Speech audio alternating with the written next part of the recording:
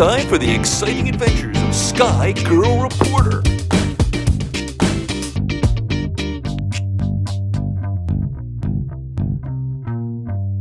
You might be wondering why I'm outside this car with a British flag on it, and the strange license plate. If you remember the Beatles' Abbey Road album cover, you'll notice that this license plate matches the one on the famous cover. It's all part of the Coronado Island Film Festival's Beatles Day, celebrating the 60th anniversary of the Beatles' one and only concert in San Diego. In 1965, the Beatles did their final tour of America. The Beatles weren't supposed to come to San Diego, but the local Beatles fan club took over the mayor's office to try to get the Beatles to come to San Diego, and two local promoters were able to convince the Beatles to play in San Diego. The Beatles were paid $50,000 and 2 tubs of Kentucky Fried Chicken for their performance. There is no recording of the concert and only a few seconds of grainy video, but their performance changed San Diego forever.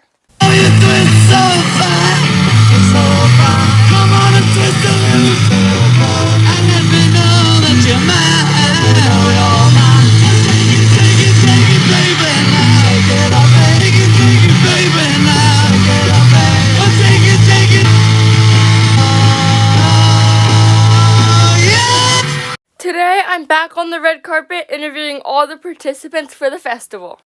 Can you introduce yourself? Yes, I'm Tom Frangione from the SiriusXM Beatles channel. What are you here for today?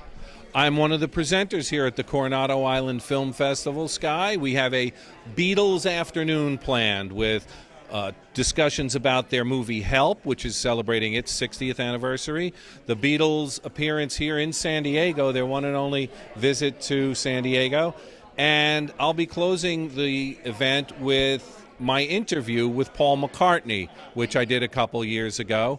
And he talks about the Beatles and John, and it's really a terrific sit-down that we had with Sir Paul. What was it like meeting him? Some days at work are better than others, and that was a really good day.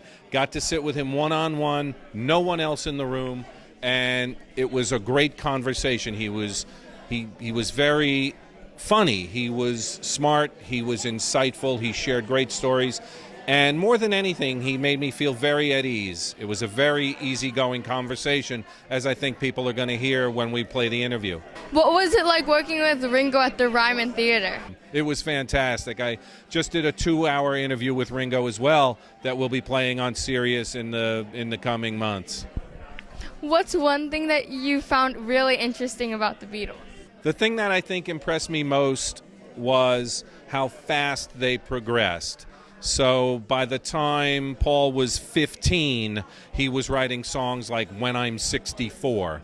When John hadn't quite turned 25, he wrote the song In My Life. I mean, they were so many years ahead of their peers in terms of songwriting. Thank you so much. You're welcome.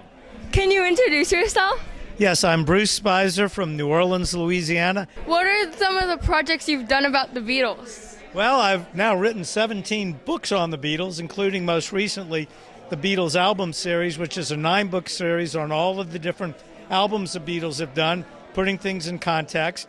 I also do consulting work for Universal Music Group, Capitol Records, and the Beatles Ltd. Most recently, when they reissued the first 7 U.S. albums on vinyl, I wrote essays that were included with each of those albums. What are you here today for? I am going to be giving a presentation on the Beatles' second movie, Help, and since it's the Coronado Film Festival, I thought that would be a good topic to do on the Beatles. What's the most amazing thing you've learned about the Beatles? The fact that when you put them in the context of history and music, they're right up there with Louis Armstrong, Beethoven, Bach, Schubert, and it's just timeless music. To me, I didn't discover that, of course, but it's really exciting to realize that. And that, to me, is the most important thing. Sure, they had a big effect on culture in the 1960s, but it's the music that's so timeless as to why people listen to the music today. Thank you so much. Welcome. Can you introduce yourself? Yes, I am Chuck Gunderson, and I wrote the book Some Fun Tonight, the backstage story of how the Beatles rocked America, the historic tours of 1964 to 1966. Sorry, long title. What are you doing here today?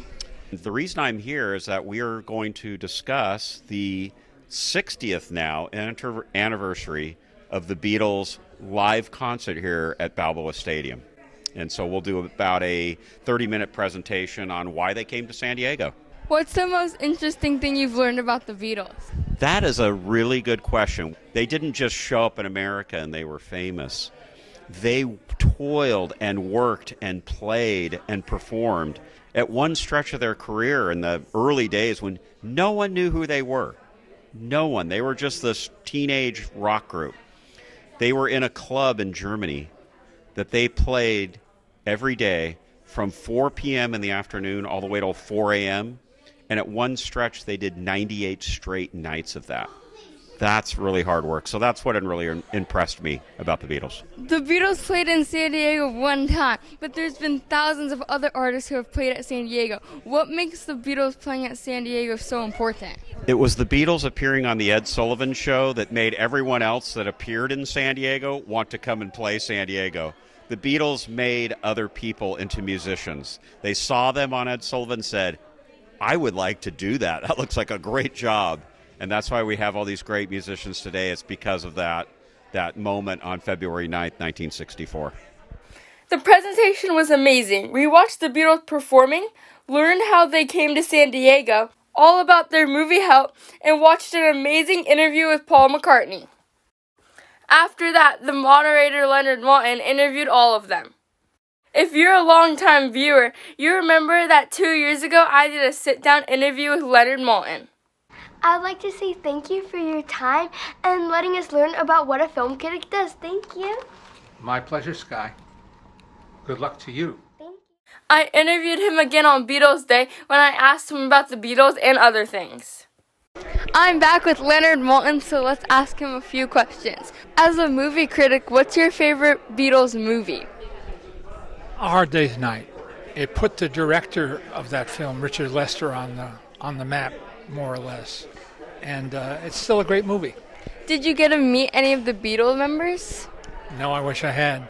You've been doing this for over 60 years. What's your favorite person or coolest person that you've met? I think my all-time favorite interview is with Katharine Hepburn. I got to interview her 4 different times for Entertainment Tonight, the TV show. But that first meeting with her in her brownstone in Manhattan was just an unforgettable day in my life. Is there someone you wish you could meet? I've met Jack Nicholson, but I've never interviewed him. I would still like to have a chance to interview him. Thank you so much. And my final guest is my good friend Ken, who's a musician and was actually at the concert. Now I'm with my friend Ken. He's a professional violinist and he's also a teacher. He's played with a lot of famous rock legends. Can you tell me a little bit about that? I think the first rock musician I played with was Rod Stewart at the Balboa Stadium. The Balboa Stadium was also where you saw the Beatles. Can you tell us about that? Absolutely. I remember it was pretty crowded. The tickets were $5.50 to get in. So, and I wish I'd saved my ticket stub. The Beatles only performed for about 40 minutes, and I think they only had about maybe 10 or 12 numbers. Surrounded at the stage were all kinds of security guards. They're like maybe 3 feet apart or 4 feet apart. And of course, all the girls were screaming their heads off. During the performance, some girl jumped over the rafter, because the Balboa Stadium, you could just kind of jump right onto the football field. So she jumped over there and she went running up to the stage, somehow managed to get through all the guards, and she grabbed Paul by the leg when he was probably, singing something like, I Want to Hold Your Hand. She shouldn't have grabbed Paul McCartney's leg because after they pulled her out of the concert. I do remember a similar instance with Smokey Robinson. I played twice with Smokey. He was a really cool guy, and there was a girl sitting right in front of the stage, right in front of Smokey, maybe 3 feet away. And as soon as he started singing in his leather pants and stuff, the girl grabbed Smokey by the leg and wouldn't let go. So the guards came over and hauled her away. Can you imagine getting tickets to a concert and being right up in the front row and then getting hauled away during the first song and not getting to see probably an idol? The old saying goes, "You're pulling my leg." Yeah, but if I pull their leg, they'll pull me off the stage. Yeah, that's right. So I would say be on your guard and your best behavior. Don't pull people's legs. Don't pull people's legs, right? What effect does seeing them live have on you? I just kind of remember all those girls screaming. I don't know if any guys were screaming. Did the guys scream too? Thank you, Ken. Hey, you're welcome. I want to thank everybody I interviewed, and especially my good friend Ken. And I'll give Chuck Gunderson the final word. We're still here after 60 years talking about these four guys. And it's amazing. And now you're, at your age, talking about these four guys who have meant so much to everybody and that will mean so much to a lot of people going forward. So keep up the good work. You're doing a great job. Thank you.